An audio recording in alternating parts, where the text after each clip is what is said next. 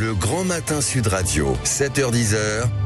Patrick Roger. Tiens, on va peut-être parler aussi des questions d'héritage tout à l'heure. Vous avez vu la déclaration de Yael Braun-Pivet, etc. Bah oui, ça ne doit pas tomber du ciel. Oui, ça vous fait déjà réagir, vous, Elisabeth Lévy, François Segouin. Mais tellement... Non mais, oui, dites, taxer les héritages. Juste un mot. C'est déjà taxé. Le mot transmission. Oui. Je veux dire, ils ont vraiment un problème avec la transmission en réalité, sur tous les plans. Je veux dire, c'est vraiment incroyable de parler comme ça du travail de vos parents. Oui, bon là, c'est dans le cas aussi des très très riches. Pas du tout, elle a parlé de l'héritage en général. Oui, mais elle était interrogée sur aussi les très très riches. Hein. Donc, mais après, oui, il y a, quand elle a dit oui, tomber du ciel, c'est vrai que c'était plus... En France, tout finit en taxation, de toute façon. Non, mais moi, je suis pas soupçonnable d'être libéral, etc. Je n'aime pas ces expressions, parce que vous savez ce que c'est, ce que dit Yael Braun-Pivet, c'est le concours Lépine pour 2027 qui commence, et c'est ça qui m'insupporte. C'est-à-dire que vraiment, vous pouvez pas parler comme ça. Vous avez des gens, des petites gens et une classe moyenne qui transmet une baraque, qui a sué toute sa vie pour construire une maison pour les enfants. Vous pouvez pas parler comme ça. Que vous parliez pour les grandes fortunes, pourquoi pas? Mais la réalité, c'est que je vous le dis, ça va commencer, encore une fois, le concours Lépine de 2027. Oui, celui-ci va s'emparer de l'héritage, l'autre va s'emparer de je sais pas quoi. C'est vraiment épuisant, en fait. Non, mais c'est épuisant, hein, franchement, je vous le dis. Toutes les querelles de famille sont aussi sur les héritages. Sur les héritages. Vous avez raison. Les frères et sœurs qui ne se parlent plus, les beaux-frères, les belles-sœurs, etc. À chaque fois. Sans compter, si vous voulez, malgré tous les discours merveilleux qu'on a sur la famille, les gens qui attendent avec impatience que leur vieille tante ou leurs parents, parfois... non, mais... Elisabeth, elle a raison. Et puis par ailleurs, je vais vous offrir les œuvres complètes de Balzac. Oui, je suis assez d'accord. Non, c'est vrai. Non, mais Elisabeth a raison là-dessus. Non, mais c'est un vrai sujet aussi de société. Non, parce que l'argent, c'est pas. Non, ce que je veux dire, c'est que l'argent n'est pas que l'argent. Il y a bien sûr l'avidité de l'argent, mais derrière l'argent, c'est combien tu m'aimes. Est-ce que papa et maman m'ont plus aimé toi que moi, etc. Donc ça c'est aussi un moteur. Attendez, c'est un moteur de l'entrepreneuriat. Patrick, quand on cherche à faire des économies, c'est pourquoi? C'est parce que on veut aussi laisser à ses enfants. C'est un moteur de l'investissement, c'est un moteur de la réussite, c'est un moteur du capitalisme en réalité. Parce que, si vous voulez, ça veut dire que les choses ne sont pas figées dans un présent éternel. Mais alors il faut penser aussi à ceux qui n'ont rien. Mais tout ne peut pas être de la redistribution. Si vous voulez, il y a quand même un problème. La retraite, maintenant, on veut que ce soit de la redistribution. L'héritage, on veut... Si vous voulez, il y a des choses... Alors, soit vous rentrez dans un système soviétique, vous donnez à chacun, si vous voulez, un salaire fixé par l'État, à rien faire d'ailleurs, bon, ça c'est autre chose. Soit vous vivez dans un système libéral, et dans un système libéral, il y a des inégalités. L'impôt est là pour les corriger, d'accord? Maintenant, il y a les prestations sociales et machin.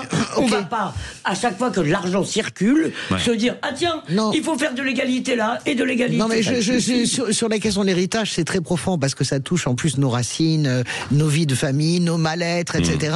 Donc ça n'est pas que de l'argent, je le dis, c'est méta-financier, l'héritage. Mais là où je peux être d'accord avec Elisabeth, et je vais pas la ramener encore avec l'Italie, hein, mais la vérité, c'est que pourquoi l'industrie italienne va bien? Parce que les transmissions d'entreprises en Italie sont très peu taxées, ce qui fait que vous avez quelqu'un comme la famille Del Vecchio qui possède Ottica maintenant, c'est-à-dire tout ce que vous portez comme lunettes, en fait, c'est fabriqué à côté de Milan par cette famille-là, bien sûr. Ils ont tout racheté, Ray-Ban, etc. Et pourquoi? Et il a fait une grande interview dans la Stampa l'autre jour. Il disait, pourquoi est-ce que je remercie l'Italie, mais pas Mélanie, bien avant? Parce que je n'ai pas eu, moi, j'ai eu des frais de transmission si faibles que je n'ai pas eu besoin de faire appel à des actionnaires extérieurs, à des fonds de pension qui vont exiger de moi des rendements. Et Ottica, par exemple, fait partie des grandes entreprises qui ont refusé. En Italie, il y a eu le même système, si vous voulez, qu'en France, si vous voulez, avec les aides pendant le Covid.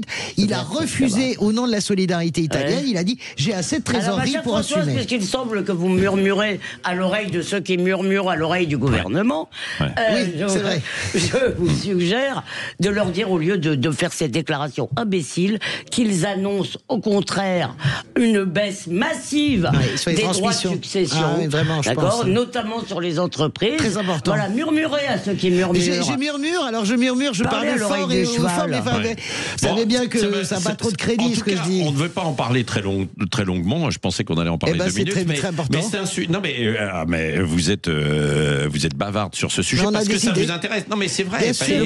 Et d'ailleurs, 0826. Non, mais c'est vrai. 0826 300 300. C'est Noémie de Bordeaux justement sur le sujet qui veut réagir et qui est avec nous. Bonjour Noémie. Bonjour Noémie.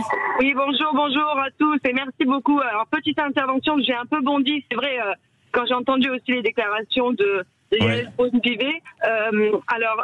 Je sais que mesdames parlent des histoires qu'il y a dans les familles, mais ça reste dans le privé des familles. Il y aura toujours des histoires et on s'en fiche en fait. C'est intime. Alors moi, je viens de subir il y a 2 années un héritage violent. On a hérité d'un petit château dans lequel on a habité, on a grandi avec mes sœurs. Quand je vois que tout le pognon qu'on a foutu dans les impôts de la succession aurait pu réparer peut-être la toiture, je suis désolée, mais moi je pleure parce qu'il aurait fallu qu'on vende. Et ce bien a été construit par notre famille. Moi je suis métisse africaine et j'ai un peu de sang bleu français. Je suis très franchouillarde dans mon pays et je me bats là pour garder ce bien. Je travaille très dur et de me dire encore qu'il va falloir qu'on me spolie encore plus pour que moi je donne ce bien à mes enfants alors que ça a toujours été dans la famille et que j'essaie de garder le patrimoine. Il y a beaucoup de familles dans ces situations-là et des familles qui travaillent dur aussi dans la classe moyenne. Moi je pleure quand j'entends ça et ça me prend dans les tripes. Je suis désolée mais on doit arrêter de spolier la succession des petits gens. Non mais vous inquiétez pas. Ça n'arrivera pas. Heureusement que chacune de leurs déclarations absurdes ne va pas être suivie mais bravo pour votre détermination parce que c'est difficile. C'est dans quelle région en fait? C'est à Bordeaux. Je suis à Bordeaux mais ce bien est en Dordogne. Les vieilles maisons de Manial en Dordogne, on les connaît, on les voit déjà, bien sûr. Avec tout ce que ça coûte. Quand même, Noémie, rappelez-nous combien coûte ne serait-ce qu'une toiture pour entretenir ce genre de baraque. Sur ce petit bien, ça sera 130 000 euros. Combien 130 000 minimum. 130 000 Mais bien sûr. C'est dingue. Moi, je connais plein de gens comme ça qui se battent pour garder les maisons de famille comme ça. Merci en tout cas de votre... Merci vraiment pour votre écoute. Merci Noémie. Vous continuez de réagir comme Noémie sur tous les sujets. Dans un instant, est-ce que vous croyez que Sébastien Lecornu tremble? Parce que dans un quart d'heure, il va y avoir une motion de censure contre lui, contre son gouvernement. Est-ce que vous la soutenez ou pas, cette motion de censure? 0826 300 300. On en parle dans un instant. Et puis, juste avant aussi, restez bien à l'écoute. Petite surprise. Vous aimez la fête? On en parlera. Le Grand Matin Sud Radio, 7h-10h. Patrick Roger. Il est 8h47 sur Sud Radio. Beaucoup de choses, évidemment, beaucoup de sujets qui, comme à chaque fois, nous entraînent dans des envolées avec vous, Elisabeth Lévy, et vous, Françoise Degois, et les auditeurs. Oui, bien sûr. Vous inquiétez pas, avec le Parlement, on va redescendre. Voilà, c'est ça. Bon, est-ce que vous soutenez ou pas cette motion de censure qui est déposée par LFI, le Rassemblement, ces motions de censure, LFI, Rassemblement National, les écologistes et les communistes aussi. Frédéric de Carcassonne est avec nous au 0826 300 300. Bonjour Frédéric. Bonjour Frédéric. Il y a un petit souci. On va l'avoir de nouveau. Il y a un petit souci en fait. Ça a raccroché. Alors, qu'est-ce que vous en pensez? Vous, est-ce que vous il est là, Frédéric. Si, je suis là. Alors, vous soutenez ou pas vous cette motion de censure? Alors, bonjour Patrick, bonjour à vos deux chroniqueuses. Oui. Bonjour. Vous avez une super équipe, monsieur le directeur. Oui. Vous avez beau changer, j'adore leurs commentaires, leurs contradictions. Pas toujours d'accord avec une, pas toujours d'accord avec l'autre, mais franchement, merci, ça nous touche. Merci, c'est trop sympa. C'est vrai, ça fait chaud. Merci beaucoup. Alors, moi, je suis pour la censure. Ouais. C'est simple, on ne sait pas où on va. La suspendre, c'est laisser la patate chaude au prochain. Il faut, soit on l'abroge, soit soit on la laisse, mais c'est pas une suspension pour venir plus tard. En fin de compte, Macron, il fait tout actuellement pour essayer tous ceux qui pourraient lui faire de l'ombre. Donc ça va à droite, à gauche, il sait pas trop où il va.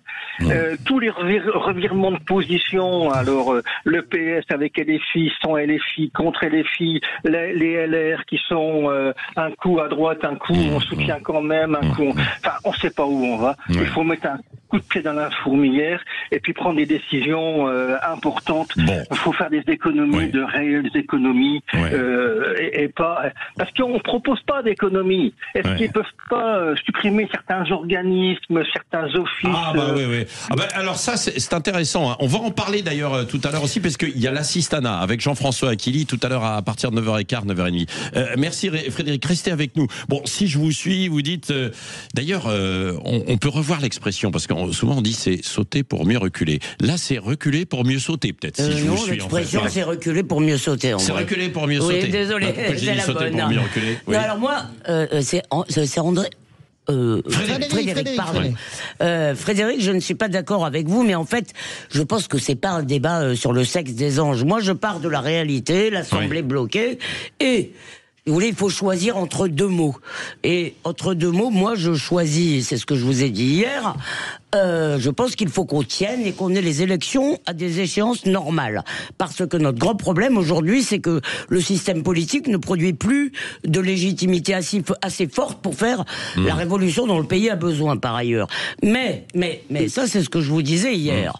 Et hier, je vous disais aussi... Vous avez changé. Je commence à me poser des questions. C'est parce que ça, hier, je vous disais aussi que les socialistes ont eu leur rançon, la funeste suspension de la réforme des retraites, parce que moi j'étais pour. Mais maintenant, on voit bien qu'ils veulent pas relâcher l'otage. Ils veulent encore des trucs, ils vont encore nous redemander et nous redemander. Et donc, ils sont pas au gouvernement. Mais comme, si vous voulez, c'est le groupe charnière qui tient, disons, qui tient le Premier ministre.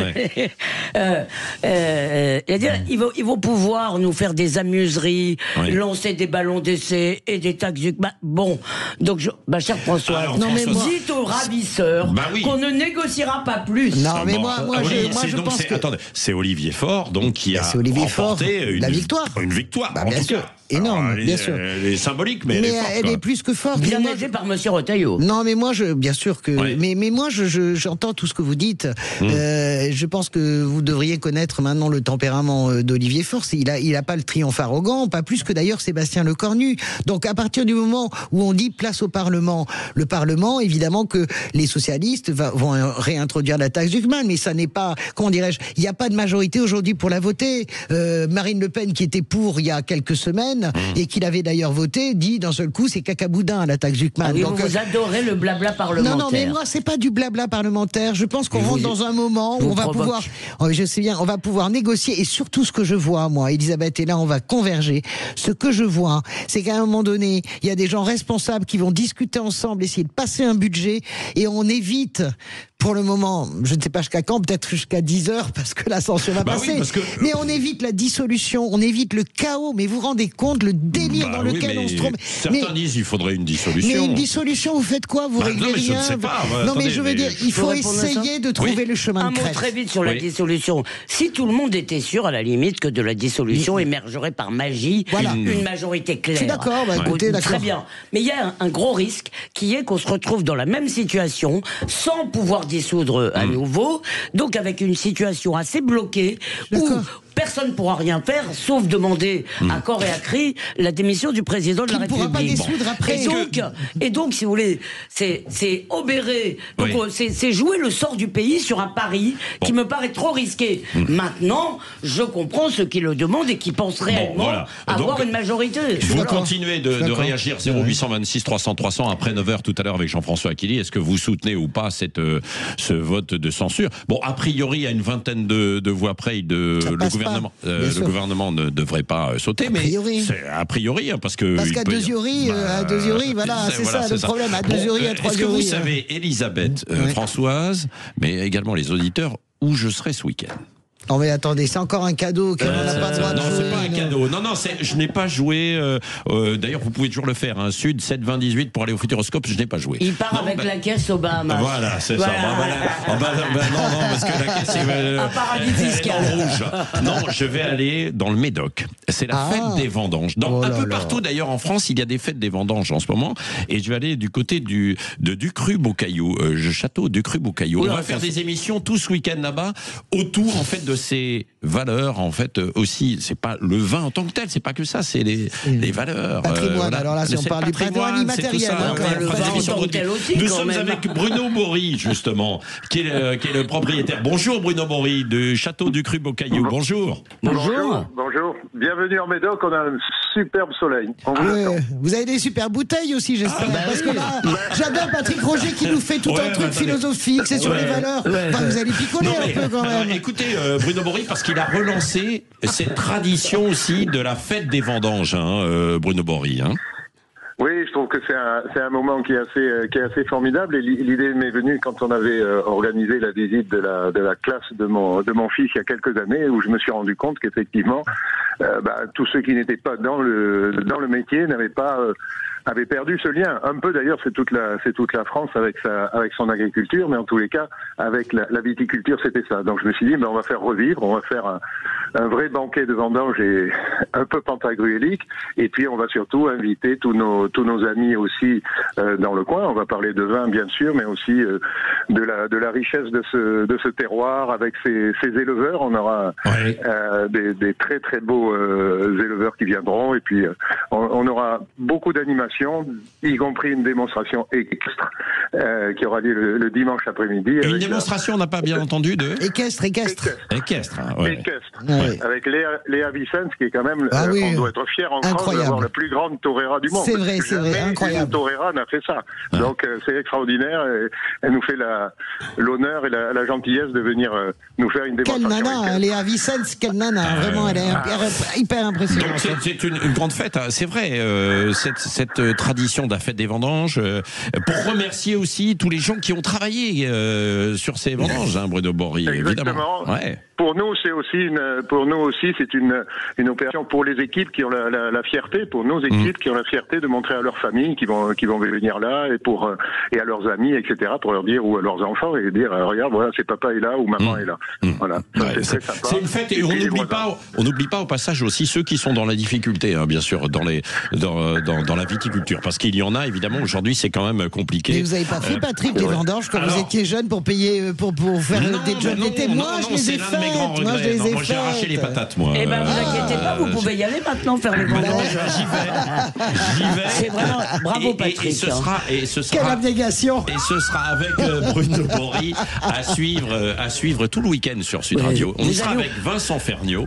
On va faire des émissions en direct. Je vois le genre. Et le multiplex du rugby samedi après-midi en direct avec François Trio, et on va parler rugby et viticulture. Et tout ça sans Philippe David, ça c'est vraiment juste. Alors là, ça c'est dur. La vie de grand reporter au plus près du terrain. Pour nous, Patrick Roger. Bruno, elle meurt d'envie de m'accompagner. Peut-être pas cette année, mais on verra ça l'année prochaine.